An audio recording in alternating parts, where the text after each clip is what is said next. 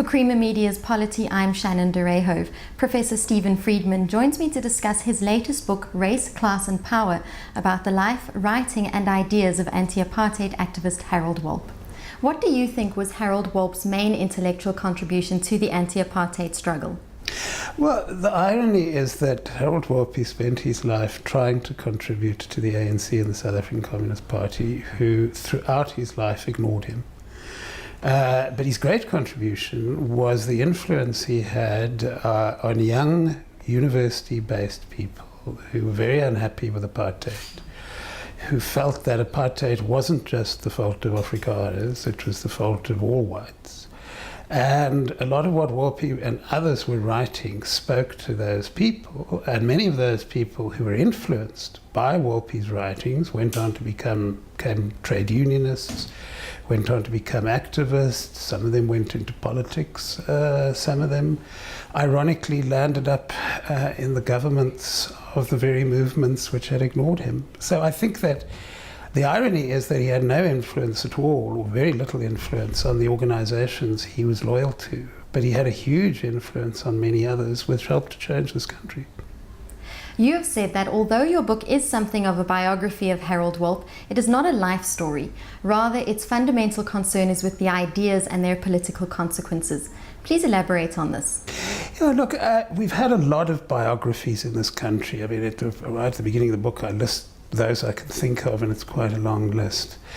And that makes a contribution, but really my interest, particularly as an academic and a student of politics, my interest is less about the lives of individuals than about the country we live in and ideas about the country. So when I was approached to write this book, I said, look, if you're looking for somebody who can write a rounded story of Wolpe the man, I'm not your person.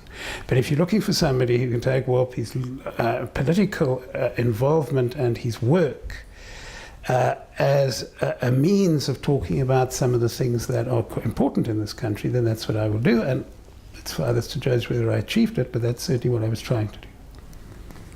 Wolpe theorized race and class in South Africa. What were his main insights in this regard? Well, a very interesting history. He became famous among, of course, all of this, none of his work couldn't be read here legally because he was a Marxist and Marxism was bad. He became famous among students, among academic colleagues, etc., for an article he wrote which appeared in the early 1970s. In which he argued that apartheid wasn't caused by racial prejudice, it wasn't caused by white people who disliked black people, it was caused by the economic system.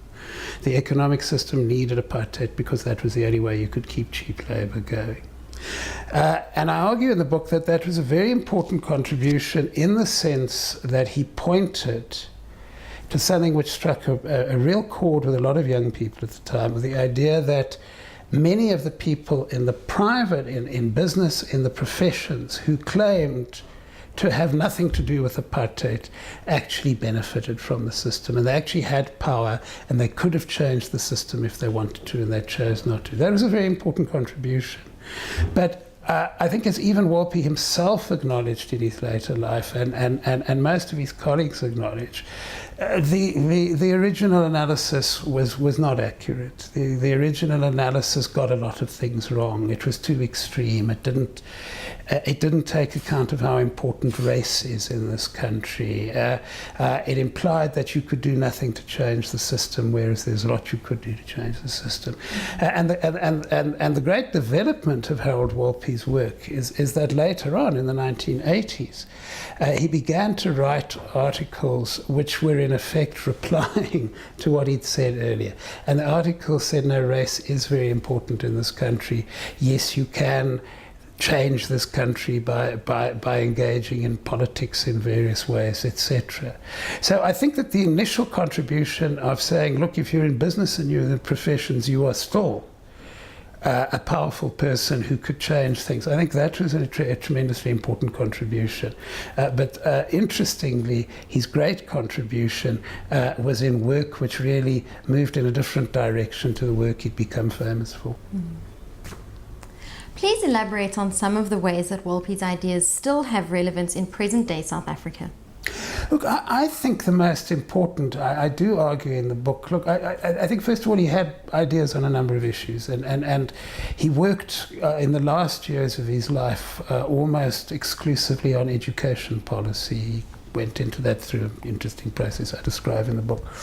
And I think some of what he was saying on education policy is very important today, because it sounds like a simple message, that his main message he was trying to put across, but it was a very important message, and that was that, one half of the debate was saying we need equity, we need to change the racial and the gender patterns in education in this country, and it doesn't matter, that's the only thing that matters. The other half was saying, no, we need to maintain standards, we need to produce, and essentially Wolpe's contribution was to say it's a false argument. We actually need both, and the argument is about how do you make sure that you have a fairer education system which serves the needs of the country, but is still a quality education system. And I think very often that very important message has got lost today. I think more generally, his most important contribution, besides this point that I make repeatedly about reminding us, which is very important to remember in South Africa today, about the role of private power. We very often think about South Africa today as a country where only government has got power, only government causes problems, only government can fix those problems. I don't believe that's true, and I think he pointed out to us in his own way that actually people outside government have power. People outside government need to be accountable. I think the other very important lesson his work gives us is how we view governing and government in this country, because he wrote a great deal about what he called instrumentalizing the state. And what he was getting at there is the belief that you take over government, it's a very powerful machine, you push a whole lot of buttons and all sorts of things happen. And it doesn't work like that. Because what you have to do is you have to go out and you have to negotiate with people, and you have to bring people along with you, and you have to persuade those people that what you're doing is in the interests of the country. And the last article he ever wrote before he died was an article on the RDP white paper in 1995. Mm-hmm. And he said there, your white paper suggests that just because you're in the government and you've produced this document that everybody is now going to work to make this country a better place. It's not going to happen this way. You're going to have to negotiate with people. And I think that's hugely important, because I think the challenge in South Africa today, if we want to start moving away from some of the problems that we face, is we're going to have to negotiate our way out. We're going to have to compromise our way out. And I think way back in 95, at the beginning of this democracy, Harold Wolpe saw that and warned us about that. Do you think anyone took it to heart? At the time, no. Absolutely not. They didn't. I think, I was talking to somebody yesterday, for 10 years after that, people thought, well, you got a new government, the government will fix all the problems. And some people liked that and some people didn't. But this idea that we have to, I'm not sure that it's still, more people talk about it today. But we're not quite sure how serious they are about it, because very often, unfortunately, in South Africa, and I think he was hinting at that as well, what we mean by negotiation in South Africa is getting the other guys to agree with us. Negotiation is actually about compromising, it's about meeting people in the middle, and I don't think we're there yet. In your opinion, what role did intellectuals play in the liberation struggle? What role do they play, and should they play, in post-apartheid South Africa? Oh, look, it's a fascinating question. I mean, Harold Wolpe was a particular kind of intellectual, as I point out in the book, and there are such people. He was loyal to the organization, he was loyal to the movement, he wanted to serve the movement. There's obviously a place for that, but I try to show how difficult that is, because movements aren't that keen on intellectuals, quite frankly. They're not interested in a whole lot of fancy ideas. They've got other priorities. So then out of that you have the idea of, and that's ironically not what Wolpe wanted to do, but what he did do as an intellectual, is somebody who inspires people with ideas. He says, look, we can look at this in a different way. And I think that is the contribution, that intellectual. I think that's the primary contribution. Once again, the irony of Wolpe is that's not what he wanted to do, it's what he landed up doing. But there's something which I do mention in the book about Wolpe as an intellectual in a political movement, which I think is hugely important. And that is that he has often been criticized by people within the ANC because one of the reasons he didn't have influence is that he was never particularly interested in most of the things that people in political organizations are interested in. He didn't go to all the demonstrations. He didn't hold the placards, etc. He kept on saying, look, I've got ideas. I want to share my ideas with you. He's been criticized for that, but there's an aspect of that which the former Vice-Chancellor of Rhodes, Salim Badat, points out, I think, very perceptively. And that is that he was very worried about the idea of intellectuals who go into society, go into organizations, think they know everything, think that they should tell everybody else what to do and everybody else should follow. And he always made it clear that he wasn't getting involved in that because it was the role of the movement to decide. It was the role of the organization to decide. This also was an issue in some of his work because he wrote a much criticized article about research and the struggle, in which he said, look, it's not the job of academics to decide for movements what they should do. And everybody said, you're copping out, you're not meeting your responsibility. But I think as somebody who observes movements in this country and the damage which is done when academics come along and start ordering everybody about, I think he was teaching something very important in that particular article. You state in the acknowledgement section of the book that it was a long time in the making. What was the most challenging aspect of writing this book? What inspired you to write this book? Well, look, the challenge was, there was a specific challenge which we don't have to go into in great detail. I mean, the book was delayed for 2 years by an unfortunate legal dispute, which had to do with claims of, in a nutshell, we don't want to make too much of it, but it's a particular person who conducted interviews for the book claimed to be a co-author, and our view was, well, he didn't write anything, which was never in dispute. This person didn't write anything.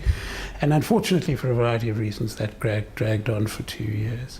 But the main challenge of the book was, first of all, an odd thing which I still don't understand, which is that quite a lot of people who knew Wolpe were very reluctant to be interviewed. I don't understand this. Some of them weren't.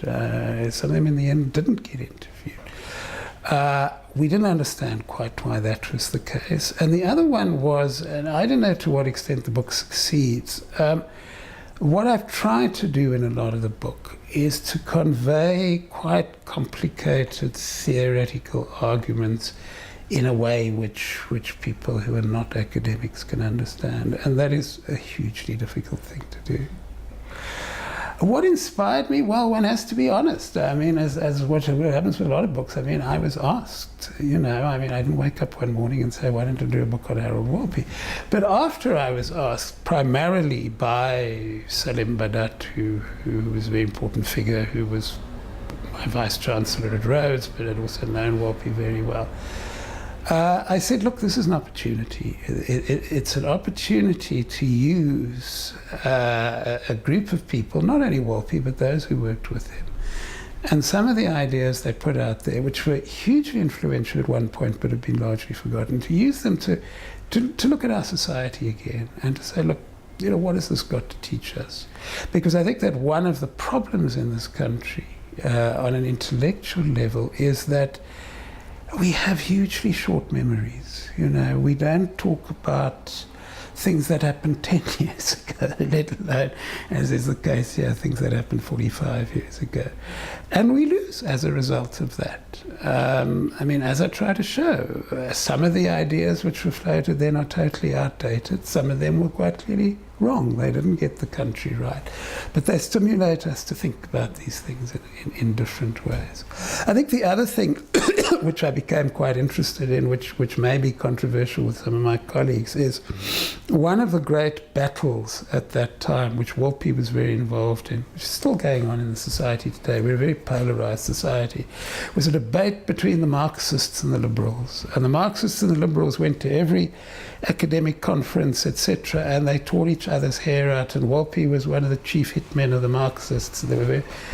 And the more I went into it, the more I became clear that actually it was a phony war. They didn't actually disagree about terribly much intellectually. You could have made Marxist arguments for what the liberals were saying, and you could have mixed liberal arguments for what the Marxists were saying. And what became fascinating to me was the fact that they weren't actually arguing about the ideas at all. They were arguing about different political labels, and they were arguing about different slogans, etc. And those are important differences, but it became increasingly fascinating to me how much, yes, we've got huge divisions in this country, I'm not talking, but how much time we spend in this country kind of, fighting for our particular label against the next door label, where the next door label sometimes is not very different to ours. Finally, why is it important for people to read this book? Well, I really believe that we need ideas in this country. If you look at the debate in this country over the last while or so, you look at the media, it is increasingly distressing in the sense that if you want to participate in the debate, you have to yell at the president and the governing party. And I'm not a defender of either the president or the governing party. But anybody who believes that the future of this country is going to depend on one political organization, let alone one individual, isn't paying attention, isn't looking at the reality. The reality is that we have a set of problems in this country which weren't created by one group of people and won't be solved by one group of people. And in that sense, we need ideas. Ideas are hugely important. And I think that some of the ideas which I'm trying to revive from Wolpe's work are ideas which we desperately need. He had very important things to say about race, which is a huge issue in this country at the moment. He had very important things to say about how we deal with government and how we negotiate and how we relate to each other. And he had very important things to say about education. These are all huge issues in South Africa today, and we lose by not taking on board, not slavishly, obviously, be critical. I was critical, most of the book's critical. But to take these ideas seriously, to react to them, to debate them. And I think in that way we will lead the country forward. Quite frankly, I think I keep on talking about ironies, but one of the ironies here is that our debate in this country is stale because we don't look at the old ideas. If we want to freshen up the debate, we have to look at the old ideas, because the old ideas are not part of the debate at the moment. They had interesting things to say, they can revive the debate. That was Professor Stephen Friedman speaking to Creamer Media's Polity about his latest book, Race, Class and Power.